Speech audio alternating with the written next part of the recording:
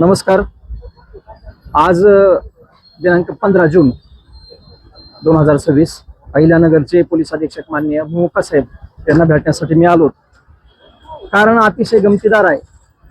चोरांनी चोरी करणं हा भाग वेगळा, परंतु पोलिसांनी चोरी केली तर मग तक्रार करायची कोणाकडं, आणि म्हणून त्या अपेक्षेने आज मी SP साहेबांकडे आलो होतो. घटना अशी घडली, काल सायंकाळी LCBच्या पथकाने श्रीगोंदा येथे रेड टाकून काही अवैध गुटखा विक्री करणारे जे काही लोक आहेत त्यांच्यावरती रेड मारली आणि त्यांच्याकडून काही गुटखा जप्त केला.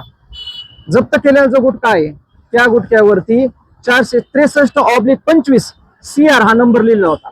त्यावेळी LCBच्या लक्षात आलं की हा CR नंबर तर पोलीस केस मधला असतो, मग गुटख्याच्या गुन्ह्यांवरती हा CR आला कसा. ज्यावेळेस त्यांनी चौकशी केली त्यावेळेस त्यांच्या लक्षात आलं की CR 463/25 हा गुन्हा श्रीगोंदा पोलीस स्टेशन मध्ये दाखल आहे.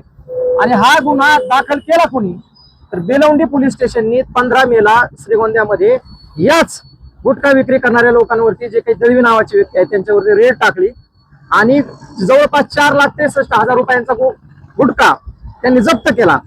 जप्त केलेला गुटखा नंतर त्यांनी श्रीगोंदा पोलीस निरीक्षकांच्या ताब्यात दिला मुद्देमाल म्हणून, आणि त्याचा पंचनामा वगैरे त्याचे कागदपत्र तयार केले.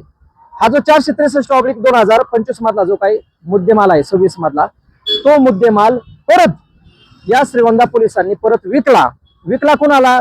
त्याच गुटख्यावाल्यांना विकला ज्यांनी पूर्वी गुटखा विकताना त्यांच्यावरती रेड टाकण्यात आली होती आणि त्यांच्यावर बेलवंडी पोलिसांनी गुन्हा दाखल केला होता.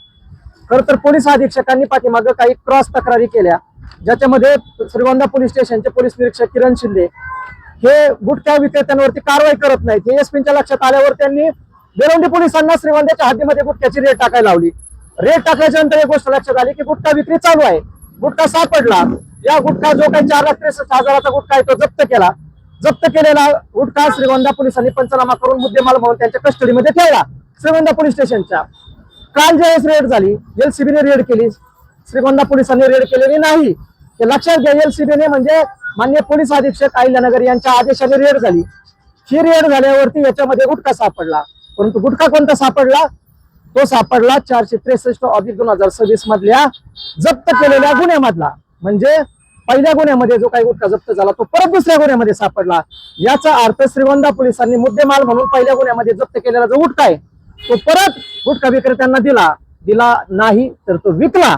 याचा अर्थ श्रीगोंदा पोलिसांनी मुद्देमालाची चोरी केली आणि चोरी केलेला मुद्देमाल त्यांनी परत गुटख्यावाल्यांना विकला आणि गुटख्यावाल्यांनी परत तो विकत असताना परत पोलिसांनी टाकून परत छापा टाकला. आता ह्याच्यात गंमत अशी आहे, मला पत्रकारांकडून मिळालेली माहिती अशी आहे, ज्यावेळेस गुटखा विक्री करणारा माणूस आहे त्याला ज्यावेळेस LCBच्या पथकाने पकडलं त्यावेळेस त्याला विचारलं तू गुटखा विकतो काय? तो म्हणतो पोलिसांनीच दिलेला गुटखा आहे, तुम्ही आम्हालाच गुटखा देणार परत तुम्हीच पकडणार, हे काय चाललंय नेमकं पोलिसांचं?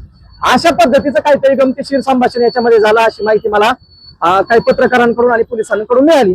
माझी या सगळ्या प्रकारावर एक विनंती आहे माननीय पोलीस अधीक्षकांना की श्रीगोंद्यामध्ये पाठीमागं आजवे नावाचे पोलीस आहेत, अमोल आजवे, जे की कुलधरणचे होते, कर्जत तालुक्यातले, त्यांनी गुटखा विक्रीमध्ये त्यांचा थेट सहभाग आढळला.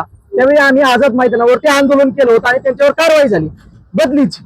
पण या प्रकरणामध्ये डायरेक्ट गुटखा मुद्देमाल जप्त केलेला विकलाय आणि हा पोलीस निरीक्षक किरण शिंदे साहेबांच्या परस्पर विकला जाऊ शकत नाही.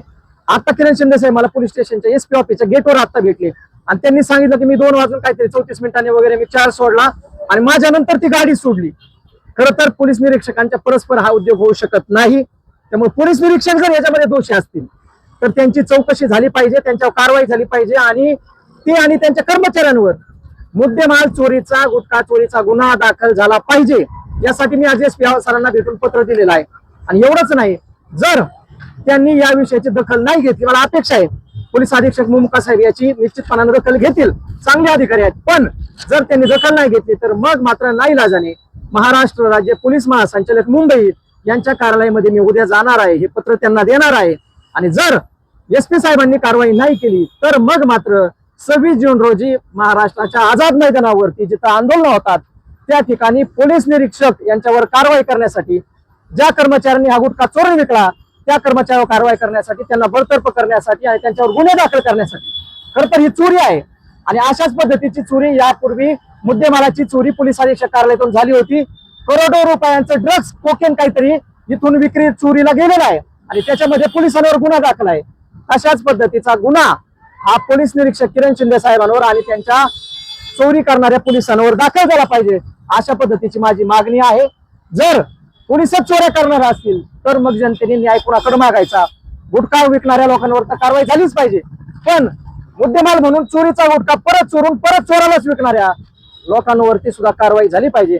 अशा पद्धतीची ही मागणी घेऊन मी 26 जून रोजी आझाद मैदान या ठिकाणी आंदोलन करणार आहे. माझी फक्त एकच विनंती आहे की अशा पद्धतीने श्रीगोंदा तालुक्यामध्ये अवैध गुटख्याचं सगळं काम चालू असताना परवा दिवशी अन्न आणि औषध प्रशासनाचे जे आयुक्त आहेत माननीय तुकाराम मुंडे साहेब यांनी एक प्रेस घेतली आणि त्यांनी सांगितलं की गुटखा चोरांवर, गुटख्याचे गोडाऊन वापरणाऱ्यांवर आणि कंपन्यांवर आता मोका अंतर्गत कारवाई करण्यासाठी ते प्रयत्न करणार आहेत.